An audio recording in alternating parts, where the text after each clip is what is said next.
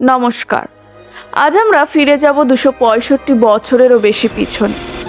বাংলার মাটিতে ঘটে যাওয়া এক ঐতিহাসিক ষড়যন্ত্র ও রক্তপাতের দিনে, যে যুদ্ধ বাংলার স্বাধীনতার সূর্য অস্তমিত করেছিল, যে যুদ্ধ ভারতবর্ষের ব্রিটিশ শাসনের ভিত রচনা করেছিল।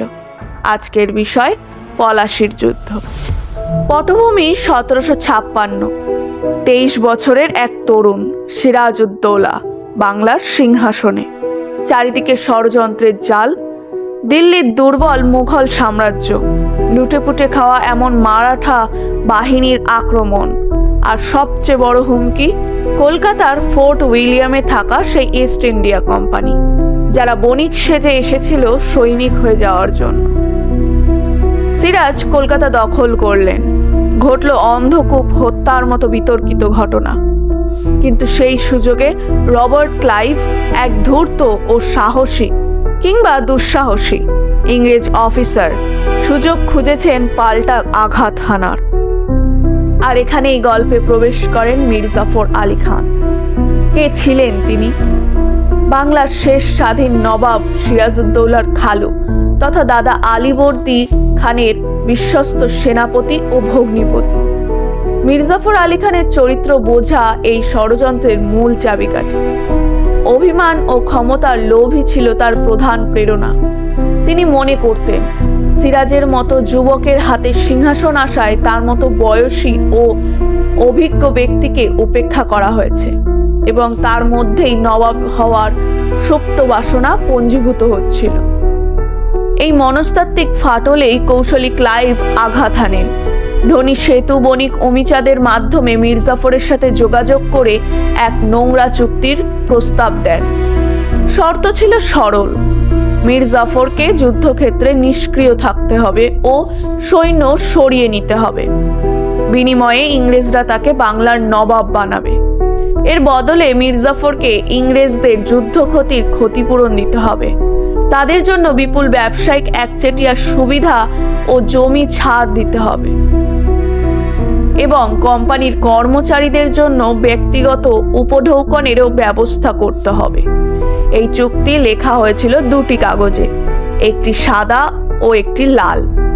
লাল কাগজে অমিচাঁদকে দেওয়া বিপুল অর্থের প্রতিশ্রুতি লিপিবদ্ধ ছিল, যা পরে ক্লাইভ নিজেই ধোঁকা দিয়ে বাতিল করে দেন।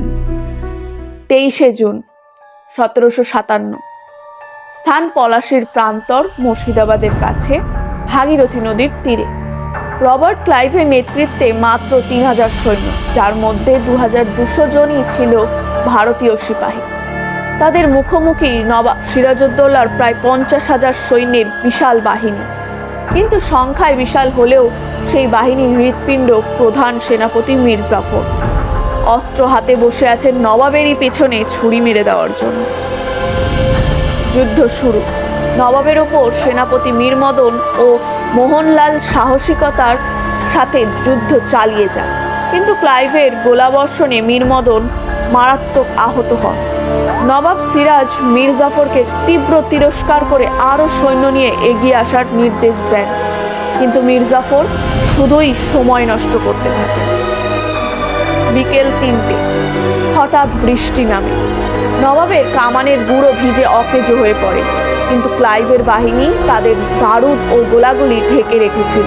তারা আক্রমণ চালিয়ে যায়। সবচেয়ে নাটকীয় মুহূর্ত, নবাবের আরেক সেনাপতি রায়দুর্লভ মীর জাফরের সাথে আগে থেকেই ষড়যন্ত্রে যুক্ত ছিলেন। তিনি তার সৈন্যদল সরিয়ে নেন। মীর জাফর নবাবের ডান পাশের ঘুরি সৈন্যদের পেছনে সরিয়ে নিয়ে ক্লাইভকে নবাবের মূল শিবিরে আক্রমণের সুযোগ করে দেন। একই সাথে নবাবের বিশাল বাহিনীর একটি বড় অংশ যুদ্ধে অংশই নেয়নি। তারা শুধু দাঁড়িয়ে দেখেছে, কারণ তাদের অধিনায়ক মীর জাফর তাদের নির্দেশ দিয়েছিলেন, নিশ্চুপ থাকুন। যুদ্ধ প্রায় ৬-৭ ঘন্টা স্থায়ী হয়, কিন্তু যেখানে জয় হওয়ার কথা ছিল বিশাল বাহিনী, সেখানে বিশ্বাসঘাতকতার কারণে এক দুঃখজনক পরাজয় ঘটে। সিরাজউদ্দৌলা যুদ্ধক্ষেত্র থেকে পলায়ন করেন। এর পরিণতি, মীর জাফর ক্লাইভের হাত পুতুল হয়ে বাংলার নবাব হন। ব্রিটিশরা বাংলার প্রকৃত শাসক হয়ে ওঠে। বাংলার কোষাগার লুট হয়। শুরু হয় এক শোষণের অধ্যায়, যার চূড়ান্ত পরিণতি হয় ভয়াবহ দুর্ভিক্ষ।